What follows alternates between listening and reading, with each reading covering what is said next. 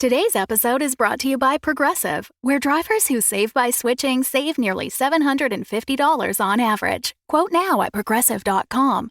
Progressive Casualty Insurance Company and Affiliates. National average 12-month savings of $744 by new customers surveyed who saved with Progressive between June 2022 and May 2023. Potential savings will vary. Thanks for supporting the Fable and Folly Network. Here's another show we know you'll love. Where am I? Welcome to Desert Skies, traveler. Your journey through the physical plane has come to an end. I am the attendant.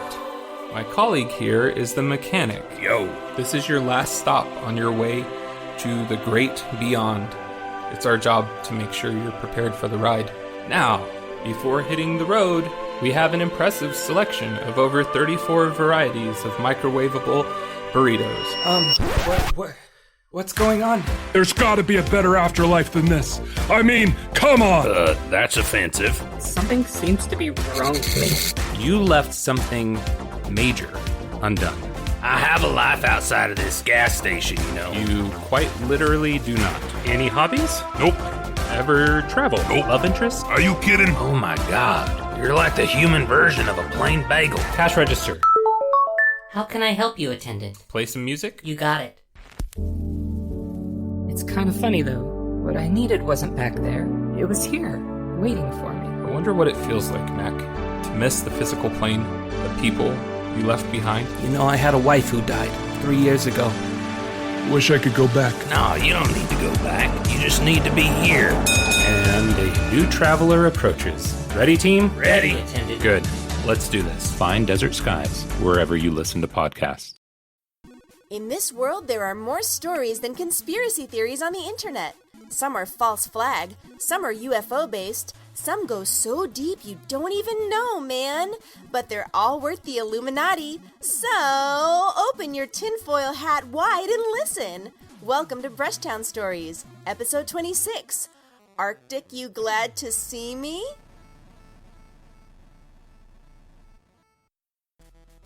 As my fist punched completely through a Viking zombie in the frozen wastelands of the Canadian Arctic, I could only think of one thing. I hope Herbert's okay. Herbert was my first boyfriend in middle school, and he'd just recently jumped off the balcony of his home in Michigan, Washington. Usually I'd be all about pummeling the undead, but right now my heart wasn't in it. As I pulled my hand out of the zombie, it moaned and probably said brains, but I wasn't sure since it only spoke Old Norse. The one benefit to fighting zombies in the tundra is they don't smell so bad. Another zombie Viking came at me swinging its great sword. I grabbed the horns on its helmet to vault over the Viking and then kick out its bony legs from behind. I'd always thought the horned helmets were a myth, but these guys had them. So take that, history. Let me back up a tick. It all started when a Canadian, Jordan English, who was the drummer in a tragically hip cover band, was hit by lightning outside his home in West Nipissing. The lightning strike caused him to become fixated on a childhood Christmas where he did not receive a Nintendo 64. He had shaken his little fist to the sky and cursed Santa. This anger was reawakened by the static electric jolt, and he soon headed to the Canadian North Pole region to kill as many reindeer as possible. He felt killing all the reindeer would upset Santa Claus and cause him to appear and then fight Jordan. What Jordan had done instead was stumble upon the tomb of several Viking warriors who were interred in the deep Arctic after a failed venture into these hinterlands. Again, it was unknown until the resurrection that the Vikings made it this far inland, though it seemed they all died. But if they all died, who made this tomb? Did they build it as they were dying and the last one shut the door behind him? I'm not a nerd, so I don't really care. In any event, Jordan managed to disturb the tomb, triggering the curse by the Norse god of curses, who I'll assume is Loki because I've heard of him and he always seemed like a jerk. So, the Viking zombies trudged out of the tomb, cut Jordan in half, and soon threatened to destroy the province of Nunavut, until none of it was left. I'd taken out about half the undead Vikings when they all started chanting and green mist started pouring out of their nose holes. That's no good. Luckily, we were near a field hospital and there was a medevac helicopter parked outside. I grabbed up a couple of the swords, took out some duct tape from my Squatch belt, and quickly went to work. With the swords taped to the helicopter blades, I started the engine, turned the copter upside down, and quickly cut the remaining undead Norse pre-Canadians to ribbons.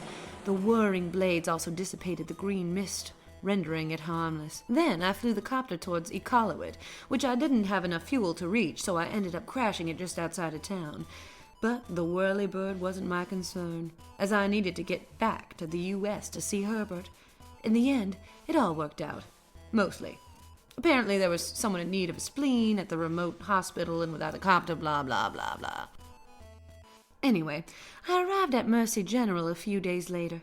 Herbert was in a private room on the 8th floor. His legs were elevated. "Hey, sexy," I said, as I put a bouquet of flowers on his nightstand. I then drew an obscene cartoon on his leg cast. He smiled at me. His left eye was red and swollen. It'd been a long time since we played hot hands on a soft body at Bartia Johnny's party, but we had always kept in touch. "What's wrong with you?" I asked. I was mad. He wasn't the type to do what he did. He said he'd been mixing medications, that he was stressed. He played it off 18 different ways, but finally he got down to it. He was being harassed, he said, by dentites. Dentites? Apparently there was some tooth religion in Indiana. Herbert said he'd been working on a big expose for The Stranger, the Seattle Alt Weekly, and must have hit a nerve.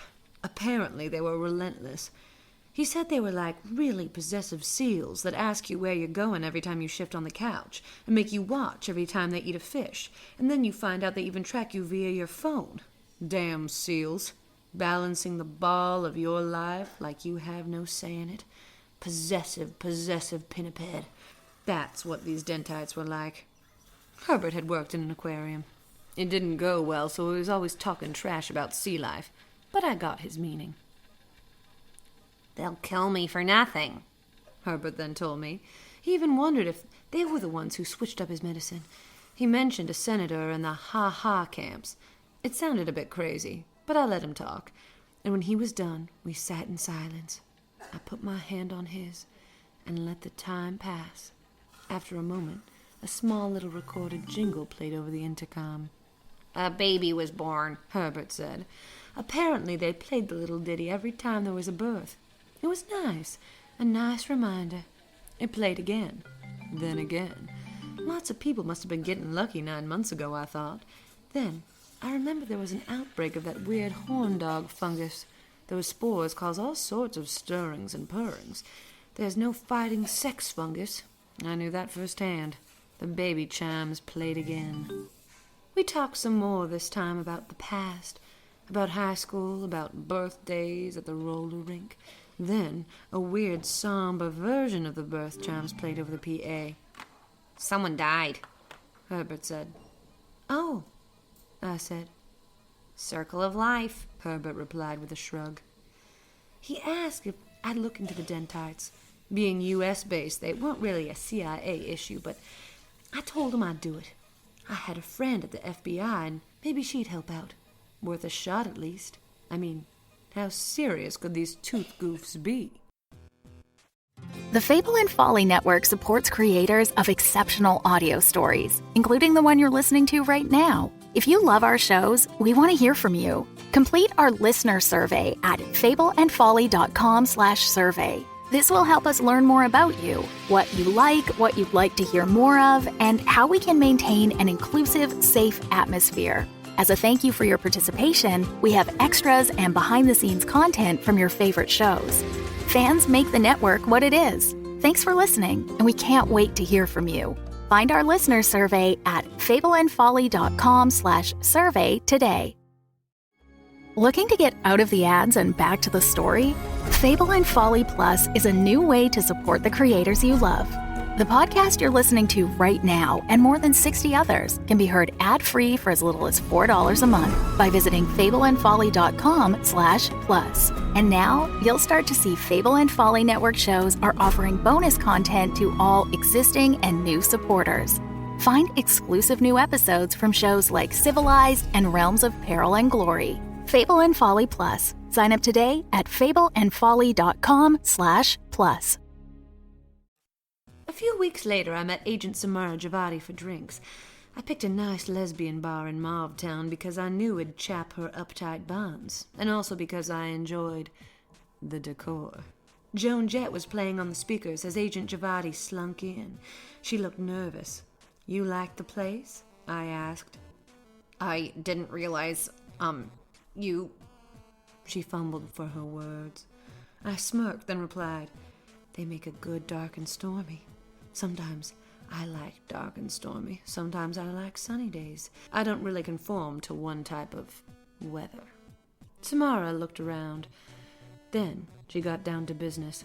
I'm sure business is the only thing Samara has ever gotten down to, but she has a sort of sweetness to her conservative, no-nonsense drive. If Dick Tracy were real, of Iranian ancestry, and a woman, he'd be Samara.